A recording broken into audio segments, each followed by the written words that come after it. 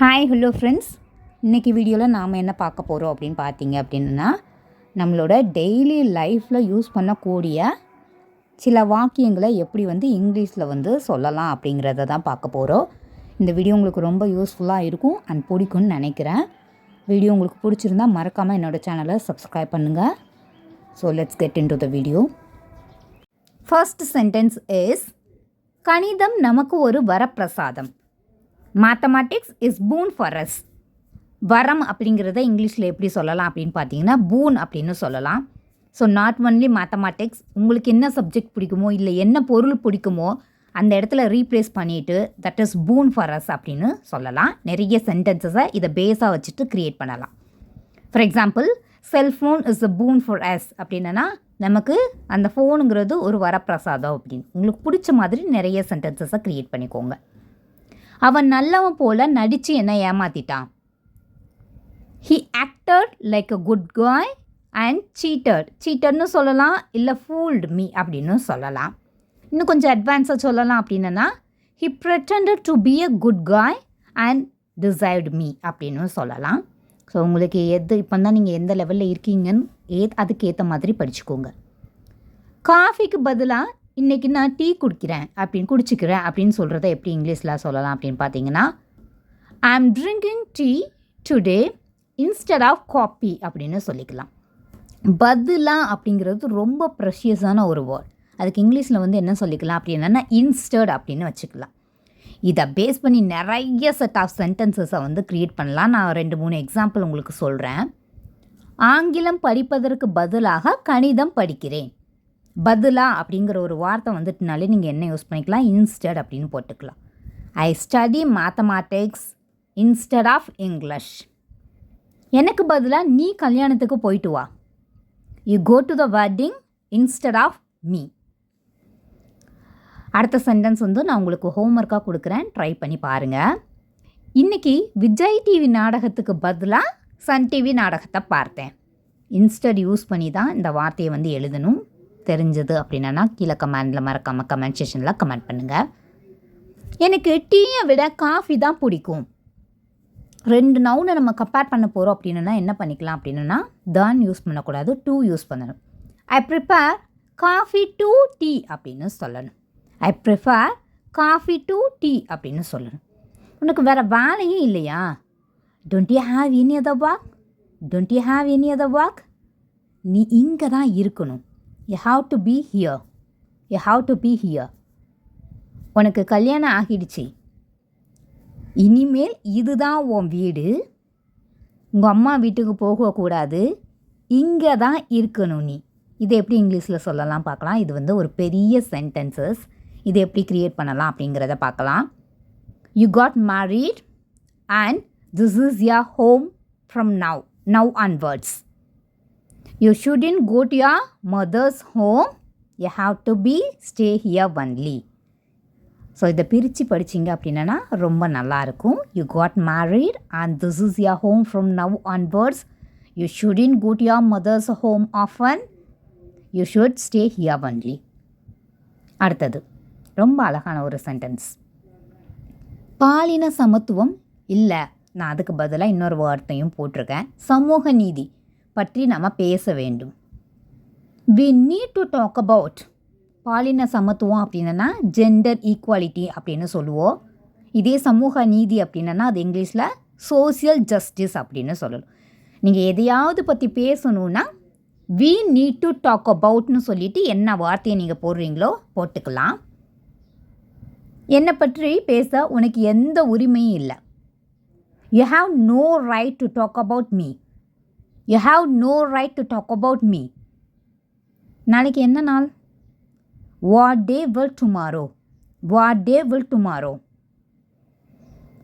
அவரை உங்கள் தந்தையாக பெற்றதற்கு நீங்கள் மிகவும் அதிர்ஷ்டசாலி அப்படின்னு சொல்லுவோம். You are too lucky to have him as your father. You are too lucky to have him as your father. Homework sentence அப்படியே கொஞ்சம் உல்ட்டாவாக கொடுக்கலாம் அப்படின்னு இந்த சென்டென்சஸை நான் க்ரியேட் பண்ணியிருக்கேன். நீ ரொம்ப கொடுத்து வச்ச பொண்ணு, அதனால தான் இவங்க உனக்கு ஹஸ்பண்டாக கிடச்சிருக்காங்க. ஸோ இதை எப்படி இங்கிலீஷில் சொல்கிறது அப்படிங்கிறத கீழே மறக்காமல் கமெண்ட் செக்ஷனில் கமெண்ட் பண்ணுங்கள். யார் உனக்கு அதை வாங்கி கொடுத்தார்கள்? பாஸ்ட் டென்ஸில் கேட்குறேன். கொடுத்துட்டாங்க அப்படின்னு தான் பாஸ்ட் டென்ஸில் கேட்குறேன். அப்போ இங்கிலீஷில் எப்படி சொல்லலாம்? Who bought it for you? Who bought it for you? என் அம்மா எனக்கு அதை வாங்கி கொடுத்தாங்க. ஸோ ஹூங்கிற இடத்துல ஜஸ்ட்டு ஆன்சரை ரீப்ளேஸ் மட்டும் பண்ணி எழுதினாலே போதும். இதுக்கான ஆன்சரை நம்ம எழுதிடலாம். என் அம்மா எனக்கு அதை வாங்கி கொடுத்தாங்க. My mother pot it for me. My mother pot it for me. So தலைவரை எத்தனை பேருக்கு பிடிக்கும்? எல்லாருக்குமே தலைவரை வந்து ரொம்பவே பிடிக்கும் இல்லையா? அவர் சொன்ன ஒரு வார்த்தை தான், நான் வீழ்வேன் என்று நினைத்தாயோ. இது எப்படி இங்கிலீஷில் சொல்லலாம் அப்படின்னா, did you think I would fall? Did you think I would fall? அவன் ஒரு ஊதாரி. அவன் ஒரு ஊதாரி. ஹீ இஸ் அ ஸ்பன்த்ரைட் அப்படின்னு சொல்லுவாங்க. He is a spendthrift. நீ பார்க்குறதுக்கு உங்கள் அம்மா மாதிரியே இருக்கிற. ரொம்ப அடிக்கடி நம்ம சொல்கிற வார்த்தை. சின்ன பிள்ளைங்களை பார்த்தாவே இந்த சென்டென்ஸை சொல்லுவோம். நீ அப்படியே பார்க்குறதுக்கு உங்கள் அம்மா மாதிரி இருக்கடா.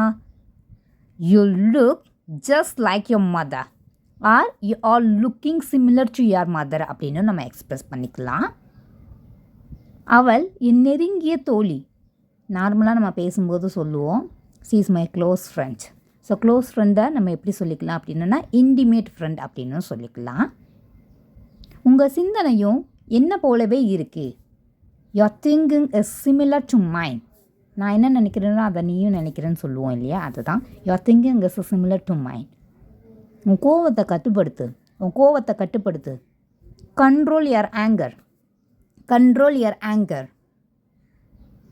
என்னை ஏன் என்னை கலியுகக்கண்ணன் என்று அழைக்கிறார்கள்? ஏன் என்னை கலியுகக்கண்ணன் என்று அழைக்கிறார்கள்? Why do they call me as கலியுகக்கண்ணன்? ஸோ கிருஷ்ணரே வந்து இந்த கொஸ்டினை கேட்டால் எப்படி நம்ம இங்கிலீஷில் சொல்லலாங்கிறது தான் ஜஸ்ட் ஒரு இமேஜினேஷன்ஸ்க்காக எடுத்த ஒரு சென்டென்ஸ் தான்.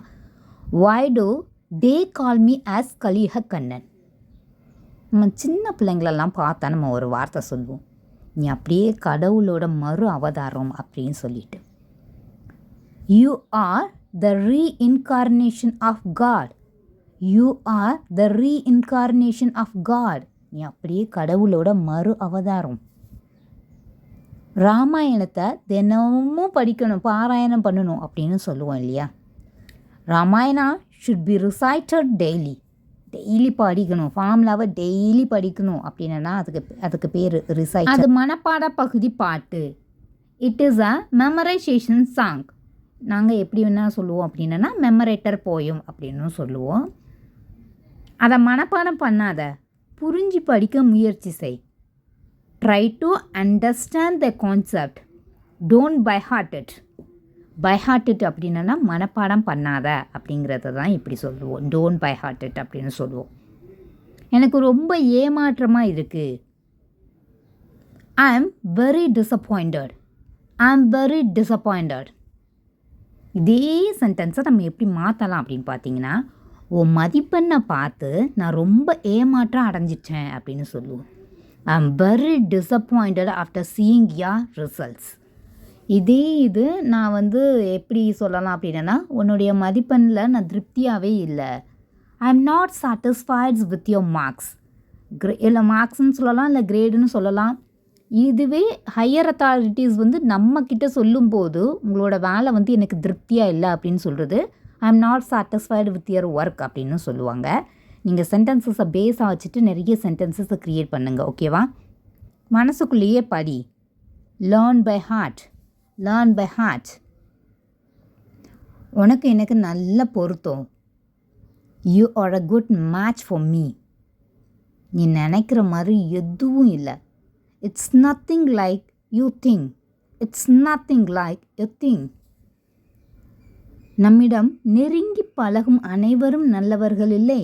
நம்மிடமிருந்து தூரமாக இருப்பவர்கள் கெட்டவர்களும் இல்லை. Not everyone who is close to us is good and not everyone who is far from us is bad. இன்னொரு வாட்டி நான் ரிப்பீட் பண்ணுறேன் பிகாஸ் இது கொஞ்சம் பெரிய sentence. Not everyone who is close to us is good. Not everyone who is far from us is bad. Abdul Kalam நமக்கு ஒரு முன்னோடி. So Abdul Kalam is a four runner for us அப்படின்னு சொல்லலாம், இல்லை பயனியர் அப்படின்னு சொல்லலாம், இல்லை கைடு அப்படின்னு சொல்லலாம், ஃபிலாசபர் அப்படின்னு சொல்லலாம். நிறைய வேர்ட்ஸ் வந்து இதுக்கு நம்ம போட்டுக்கலாம். எங்கள் ஆசிரியர் எனக்கு ஒரு முன்னோடியாக இருந்தாங்க. இதை நீங்கள் எப்படி வேணால் வந்து கொண்டு போகலாம். நல்லது செய்தால் நல்லது நடக்கும். If you do good, good things will happen. If you do good, good things will happen. நீ ஏன் அதை செய்யலை? நீ ஏன் அதை செய்யலை? why don't you do it? why don't you do it? எனக்கு ரொம்ப பசிக்குது.